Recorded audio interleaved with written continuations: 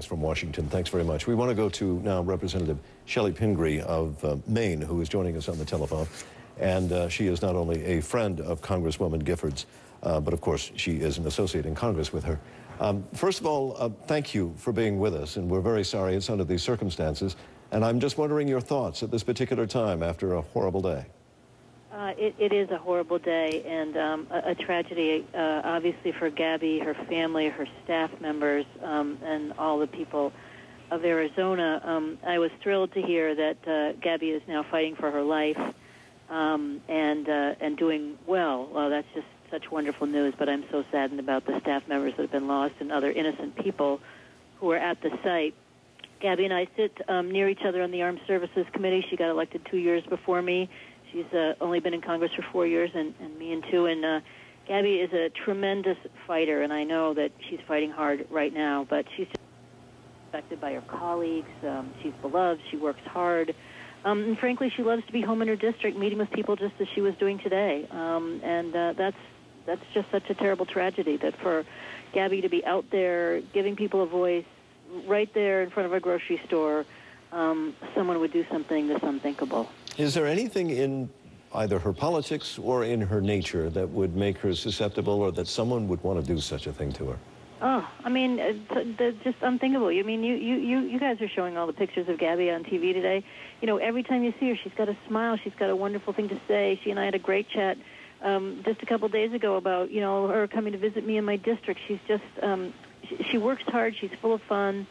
She speaks her mind. You know, there's nothing personally or politically about Gabby that you could say anything bad about. And frankly, again, what's so tragic is she's doing exactly what we all believe, you know, is part of our jobs. Being out there in public, meeting with people individually, you know, letting people know where you're going to be. I mean, this is something that Gabby does probably more than any other member of Congress, and it's just unthinkable that anybody would open a gun, shoot her, shoot others. Dana Bash was just reading a statement that came from the Capitol Police saying that notification had gone out to members of Congress, and I'm wondering, did you in fact receive notification of this, and also perhaps that, you know, you should be aware of your own personal security concerns?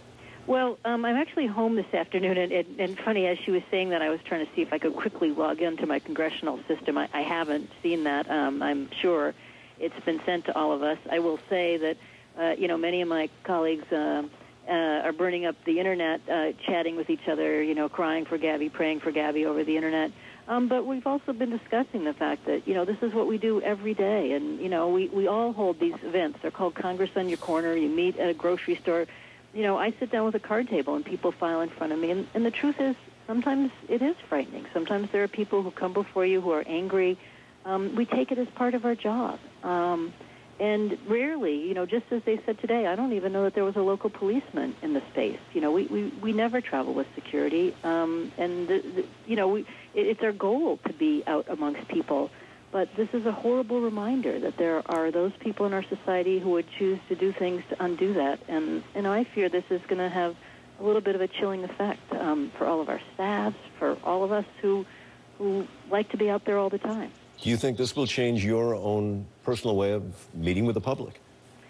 I hate to think so, but on the other hand, you know, we are all subject to occasional threats, to angry letters, phone calls.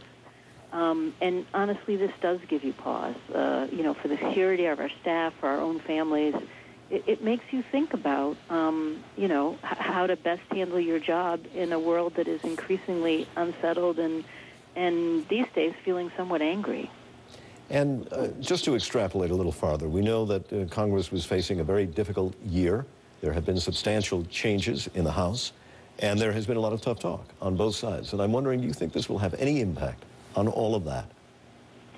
Well, I certainly hope it gives people pause, both within Congress and outside, about toning down the rhetoric, thinking about the language that we use with each other, about how to, as one of my colleagues, a Republican colleague said earlier today, how to disagree without being disagreeable. And I think particularly those people on the outside, whether it's radio, talk show, or websites, you know, on the left and the right, just thinking about words have meaning. They can incite anger and bad behavior. You know, I feel convinced this was an act of a crazy person who should be should be punished. But the fact is, I think we face increasing anger levels.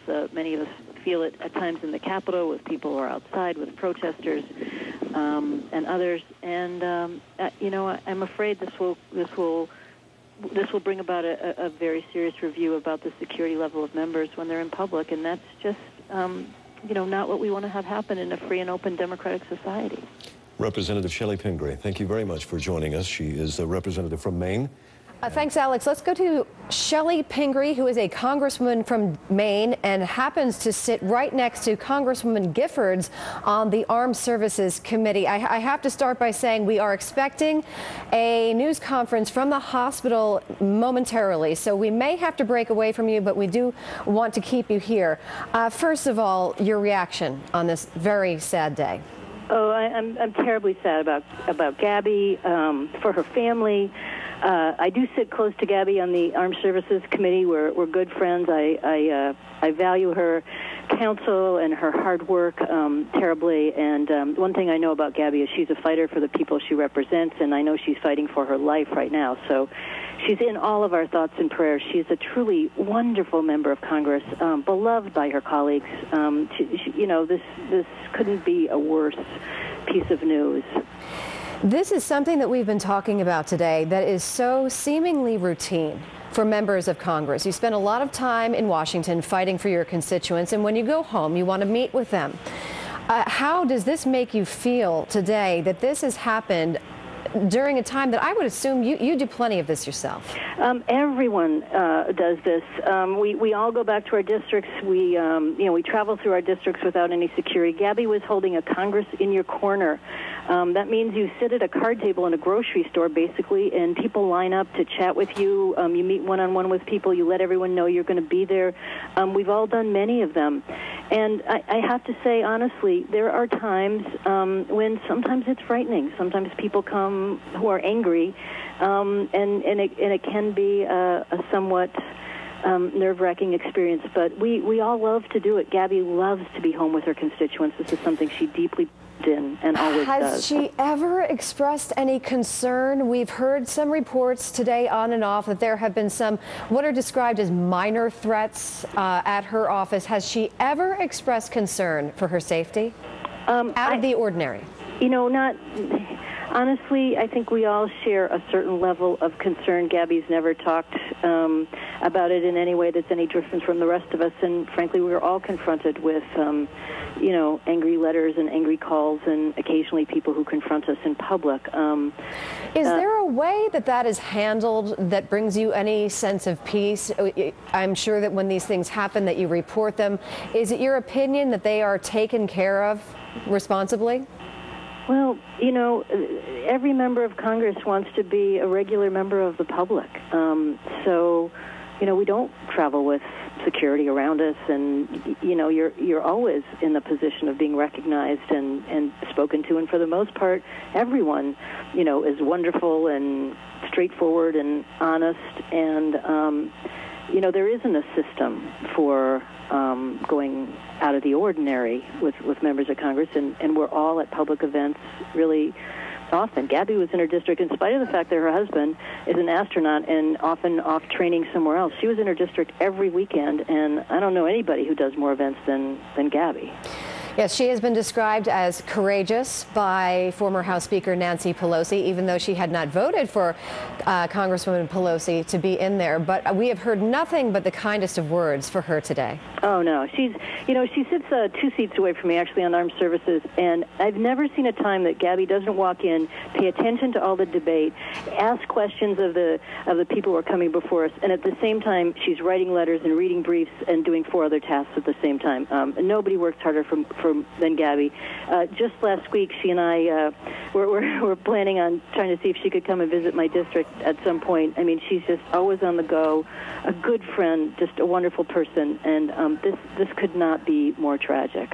Do you feel that this will change the way that you and other members of Congress will do things in the future? Well, I mean, that's one of my fears, is that every time there is an incident like this, it makes people more and more reluctant to be a part of participatory democracy, and that's so fundamental to our country. And I can speak for so many of my colleagues.